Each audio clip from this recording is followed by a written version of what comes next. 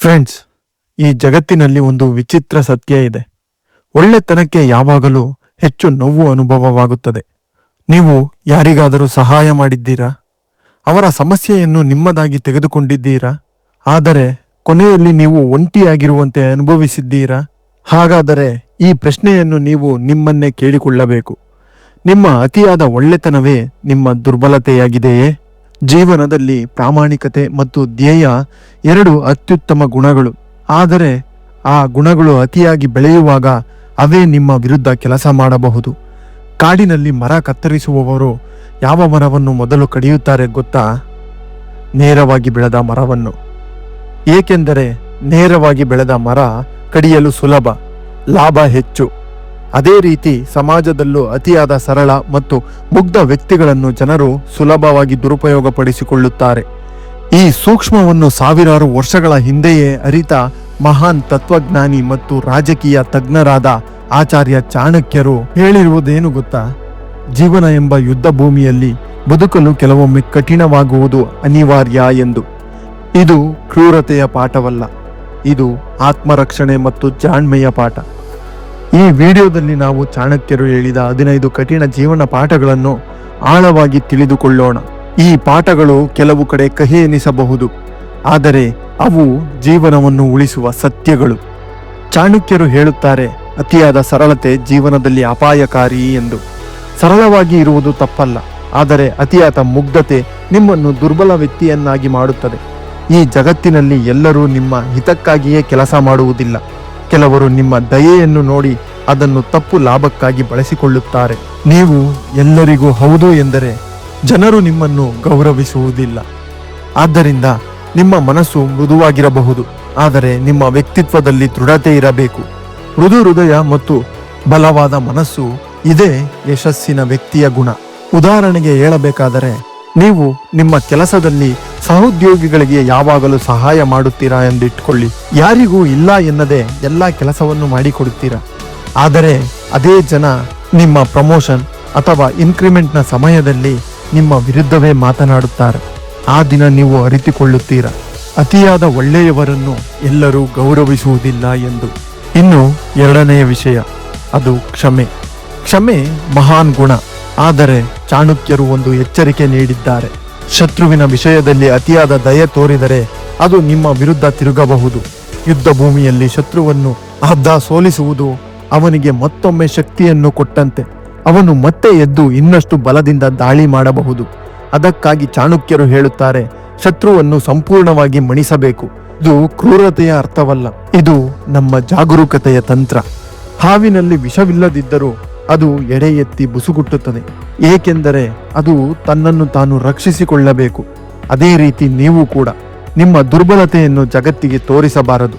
ಇಂದಿನ ಕಾಲದಲ್ಲಿ ನಾವು ಪ್ರತಿದಿನ ಬದುಕುವುದೇ ಯುದ್ಧವಾಗಿ ಹೋಗಿದೆ. ಇದಕ್ಕೆ ಉದಾಹರಣೆ, ವ್ಯಾಪಾರಿ ತನ್ನ ವ್ಯಾಪಾರದಲ್ಲಿ ಒಬ್ಬ ಮೋಸಗಾರನನ್ನು ಕ್ಷಮಿಸಿ ಮತ್ತೆ ಕೆಲಸಕ್ಕೆ ತೆಗೆದುಕೊಂಡರೆ ಕೆಲ ತಿಂಗಳುಗಳ ನಂತರ ಅದೇ ವ್ಯಕ್ತಿ ಮತ್ತೆ ದೊಡ್ಡ ಮೋಸ ಮಾಡುತ್ತಾನೆ.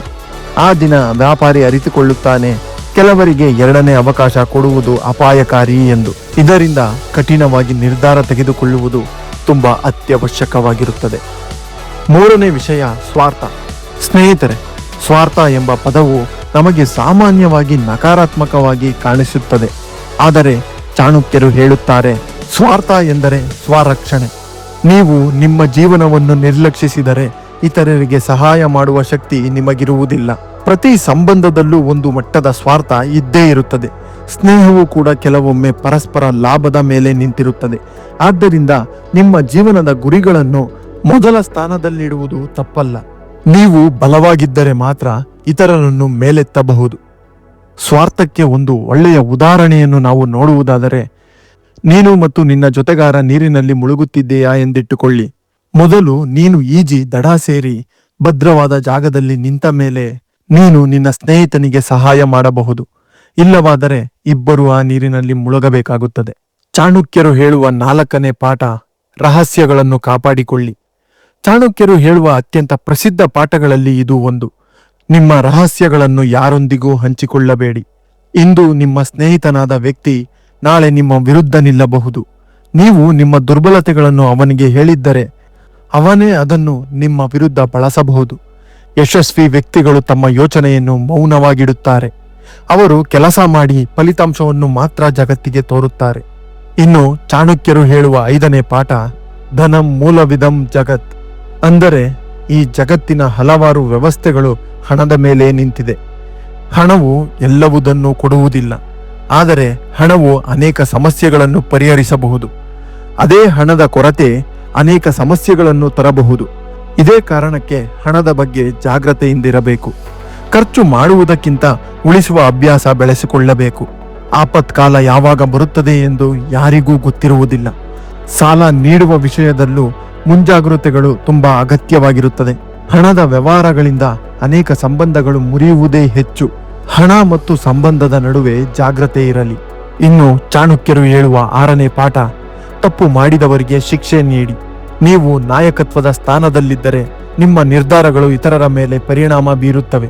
ಅಲ್ಲಿ ಅತಿಯಾದ ದಯೆ ವ್ಯವಸ್ಥೆಯನ್ನು ದುರ್ಬಲಗೊಳಿಸುತ್ತದೆ. ತಪ್ಪು ಮಾಡಿದ ವ್ಯಕ್ತಿ ನಿಮ್ಮ ಆತ್ಮೀಯನೇ ಆದರೂ ಸಹ ನ್ಯಾಯವನ್ನು ಕಾಪಾಡಬೇಕು. ಶಿಕ್ಷೆಯ ಭಯ ಅನೇಕ ತಪ್ಪುಗಳನ್ನು ತಡೆಯುತ್ತದೆ. ಚಾಣಕ್ಯರ ಪ್ರಕಾರ ದಂಡ ನೀತಿ ಸಮಾಜವನ್ನು ರಕ್ಷಿಸುವ ಸಾಧನ. ಇನ್ನು ಚಾಣಕ್ಯರು ಹೇಳುವ 7ನೇ ಪಾಠ ಅತಿಯಾದ ಮೋಹವನ್ನು ಬಿಟ್ಟು ಬಿಡಬೇಕು. ಮನುಷ್ಯನ ಜೀವನದಲ್ಲಿ ಭಾವನಾತ್ಮಕ ಸಂಬಂಧಗಳು ಅತ್ಯಂತ ಬಲವಾದವು. ಆದರೆ ಕೆಲವೊಮ್ಮೆ ಅತಿಯಾದ ಮೋಹ ನಮ್ಮ ನಿರ್ಧಾರಗಳನ್ನು ದುರ್ಬಲಗೊಳಿಸುತ್ತದೆ. ಕುಟುಂಬದ ಮೇಲಿನ ಪ್ರೀತಿ ಅತ್ಯಂತ ಪವಿತ್ರ, ಆದರೆ ಕರ್ತವ್ಯವನ್ನು ಮರೆತು ಭಾವನೆಗಳಿಗೆ ಒಳಗಾದರೆ ನಾವು ನ್ಯಾಯವನ್ನು ಕಳೆದುಕೊಳ್ಳಬಹುದು. ನೀವು ಜೀವನದಲ್ಲಿ ಮಹಾನ್ ನಾಯಕರಾಗಬೇಕಾದರೆ ನಿಮ್ಮ ಭಾವನೆಗಳನ್ನು ಕರ್ತವ್ಯದ ನಂತರವಷ್ಟೇ ಇಡಿ. ಭಾವನೆಗಳು ಮುಖ್ಯ, ಆದರೆ ಕರ್ತವ್ಯದ ವಿಷಯ ಬಂದಾಗ ಕರ್ತವ್ಯ ಮೊದಲು, ಭಾವನೆ ಆನಂತರ. ಚಾಣಕ್ಯರು ಹೇಳುವ 8ನೇ ಪಾಠ ಕಹಿಯಾದರೂ ಸತ್ಯವನ್ನೇ ಹೇಳಿ. ಸತ್ಯ ಹೇಳುವುದು ಸುಲಭವಲ್ಲ, ಏಕೆಂದರೆ ಜನರಿಗೆ ಸುಳ್ಳು ಹೊಗಳಿಕೆ ಹೆಚ್ಚು ಇಷ್ಟ. ಸತ್ಯ ಕೆಲವೊಮ್ಮೆ ನೋವು ಕೊಡಬಹುದು, ಆದರೆ ಅದು ನಮ್ಮನ್ನು ಬೆಳೆಸುತ್ತದೆ. ಸುಳ್ಳಿನ ಮೇಲೆ ಕಟ್ಟಿದ ಸಂಬಂಧಗಳು ಒಂದು ದಿನ ಕುಸಿಯುತ್ತವೆ, ಆದರೆ ಸತ್ಯದ ಮೇಲೆ ನಿಂತ ಸಂಬಂಧಗಳು ದೀರ್ಘಕಾಲ ಉಳಿಯುತ್ತದೆ. ಸತ್ಯ ಆ ಕ್ಷಣಕ್ಕೆ ಕಠಿಣವೆನ್ನಿಸಬಹುದು, ಆದರೆ ಆ ನಂತರ ಹಗುರವಾಗಿರುತ್ತದೆ. ಅದೇ ಸುಳ್ಳು ಆ ಕ್ಷಣಕ್ಕೆ ಹಗುರವಾಗಿರುತ್ತದೆ, ಆ ನಂತರ ಅದರ ಬೆಲೆ ತುಂಬಾ ದುಬಾರಿಯಾಗಿರುತ್ತದೆ. ಚಾಣಕ್ಯರು ಹೇಳುವ 9ನೇ ಪಾಠ ಯಾರನ್ನು ಅಂಧವಾಗಿ ನಂಬಬೇಡಿ. ನಂಬಿಕೆ ಅತ್ಯಂತ ಅಮೂಲ್ಯ, ಆದರೆ ಅಂಧ ನಂಬಿಕೆ ಅಪಾಯಕಾರಿ. ಒಬ್ಬ ವ್ಯಕ್ತಿಯನ್ನು ಸಂಪೂರ್ಣವಾಗಿ ನಂಬುವ ಮೊದಲು ಅವನ ಸ್ವಭಾವವನ್ನು ಗಮನಿಸಬೇಕು. ಚಾಣಕ್ಯರು ಹೇಳುತ್ತಾರೆ, ಜಾಣ್ಮೆಯ ಸಂಶಯ ದೊಡ್ಡ ದೊಡ್ಡ ವಂಚನೆಗಳಿಂದ ರಕ್ಷಿಸುತ್ತದೆ ಎಂದು. ಚಾಣಕ್ಯರು ಹೇಳುವ 10ನೇ ಪಾಠ ಅವಕಾಶವಾದ. ಸಮಯದ ಪ್ರಕಾರ ತಂತ್ರ ಬದಲಿಸುವುದು ಜಾಣ್ಮೆ. ನಮ್ಮ ಸುತ್ತಲಿನ ಪರಿಸರ ಬದಲಾದರೂ ನಾವು ಹಳೆಯ ತಂತ್ರವನ್ನೇ ಬಳಸುವುದು ನಮ್ಮ ಅವನತಿಗೆ ಕಾರಣವಾಗಬಹುದು. ಉದಾಹರಣೆಗೆ, ವ್ಯಾಪಾರಿಗಳು ಮಾರುಕಟ್ಟೆಯ ಬದಲಾವಣೆಯನ್ನು ಗಮನಿಸಿ ತಮ್ಮ ವ್ಯಾಪಾರದ ಮಾದರಿಯನ್ನು ಬದಲಿಸಿದರೆ ಮಾತ್ರ ಅದು ಅವರ ಯಶಸ್ಸಿಗೆ ಕಾರಣವಾಗುತ್ತದೆ. ಇಲ್ಲವಾದರೆ ಅದು ಅವರ ಅವನತಿಗೆ ಕಾರಣವಾಗುತ್ತದೆ. ಚಾಣಕ್ಯರು ಹೇಳುವ 11ನೇ ಪಾಠ ನಿಮ್ಮ ದೌರ್ಬಲ್ಯಗಳನ್ನು ಮುಚ್ಚಿಡಿ. ನಿಮ್ಮ ಭಯವನ್ನು ಎಲ್ಲರಿಗೂ ತೋರಿಸಿದರೆ ಜನರು ಅದನ್ನು ಬಳಸಿಕೊಳ್ಳುತ್ತಾರೆ. ನಾಯಕ ತನ್ನ ಆತಂಕವನ್ನು ಮರೆಮಾಚಿ ತಂಡಕ್ಕೆ ಧೈರ್ಯ ನೀಡಿದರೆ ಮಾತ್ರ ಆ ತಂಡ ಧೈರ್ಯದಿಂದ ಮುನ್ನಡೆಯಲು ಸಾಧ್ಯ.